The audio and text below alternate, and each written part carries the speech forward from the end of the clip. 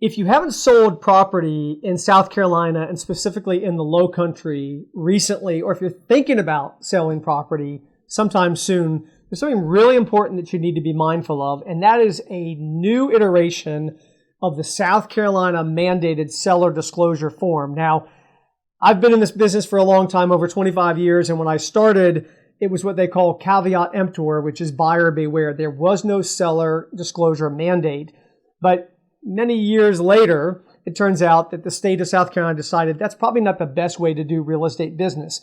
So they started with the first form of the seller disclosure, and I think there's probably been 3 or 4 different iterations in it, bringing it forward.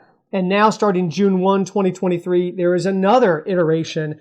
It's pretty interesting because you can tell when you take a look at, and I'm going to highlight some of the bigger points of the new seller disclosure for you in a moment, but it kind of tells you that over this recent time of history, the failure to disclose on a particular topic because maybe the seller disclosure form didn't ask those questions has led to some upsetting instances, maybe lawsuits or post-closing issues, etc., that now the state is learning, hey, we probably better be asking those questions on the new disclosure form. So here's kind of a highlight on what those are. And they range all over the place in terms of what might be hugely important, might be a little bit minor, but just be mindful. We've been working with these forms for well over a decade. So for us, working with seller clients, advising them on their need to fill it out and trying to help them understand this government form that's being put in front of them that's required is a really important task that we're involved in. So here's a couple of the ones that we're dealing with. One is, not only does it now ask for if there have been any structural modifications to the property during the time of the seller's ownership, but now it wants dates and details on each one of those. So it's asking for specifically that particular history.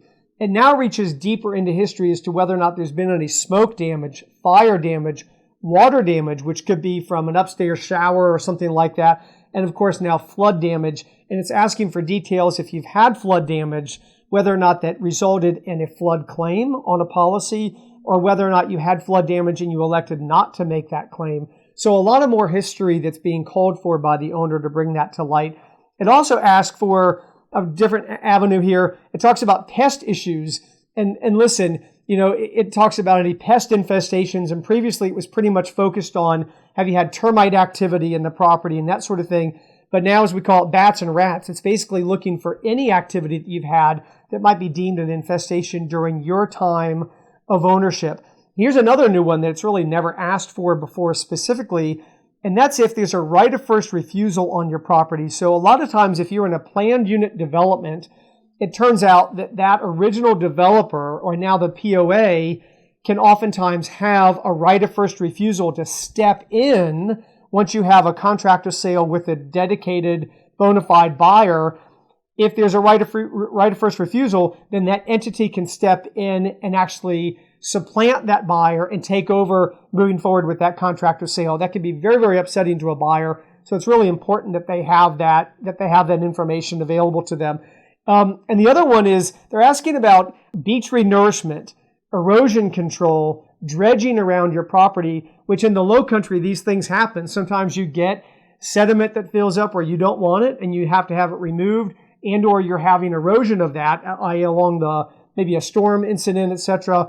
And so it's asking for you to not only disclose that that's subject to and around your property, but if there's any assessments that have been surrounding that as a cost to you as an owner of the particular neighborhood. So that's just an example of some of the bigger changes that are coming about in the new disclosure starting June 1.